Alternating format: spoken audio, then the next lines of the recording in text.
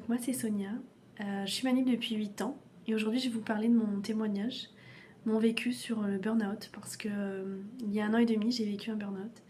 Je pensais que ça n'arrivait qu'à certaines catégories de personnes, notamment les plus fragiles ou les plus sensibles, mais en fait je me suis rendu compte que ça peut arriver à n'importe qui, que personne n'est à l'abri. Pour ma part c'est arrivé de manière assez discrète au début, c'était de la fatigue. Euh, du stress, beaucoup de stress, des crises d'angoisse petit à petit qui a commencé à arriver. Je commençais à complètement perdre confiance en moi, à plus savoir faire mes examens, à plus savoir comment m'occuper de mes patients et surtout j'avais beaucoup de tension. J'étais stressée, les patients m'irritaient, mes collègues m'irritaient, j'étais vraiment dépassée par les événements, tout était surexagéré puisqu'en fait je n'arrivais plus du tout à gérer, j'étais complètement épuisée par ce stress que je me crée dû à cette fatigue chronique que j'emmagasinais tous les jours sans pouvoir me reposer. Et j'ai dû me faire arrêter pendant 7 semaines.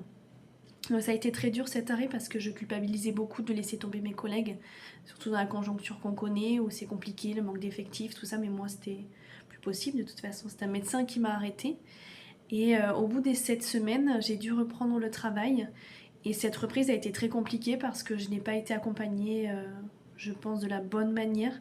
Je ne savais pas que j'avais le droit à certaines choses comme un mi-temps thérapeutique pour reprendre de manière douce, qu'il fallait que je voie un médecin du travail. Toutes ces choses-là, je ne savais pas, je n'avais pas conscience.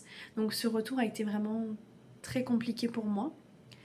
J'ai eu la chance de pouvoir changer de service et de pouvoir me reconstruire dans un endroit qui là a été très bienveillant, où je me suis reconnue dans mon métier, où j'ai recommencé à aimer ce métier de manie parce que c'est un très beau métier et j'ai pu réapprendre à prendre soin de moi et j'ai vraiment compris que c'était vraiment la base. Si on voulait être bienveillant envers les patients, envers nos collègues et faire notre métier comme on l'entend, il faut s'occuper de nous. Et c'est l'une des priorités.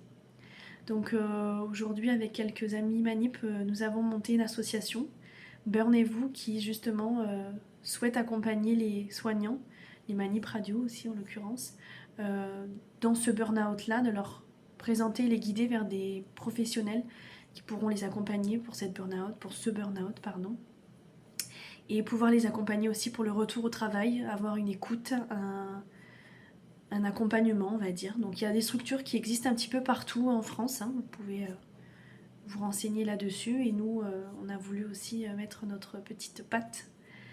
Donc voilà, prenez soin de vous, faites attention à vous. Merci.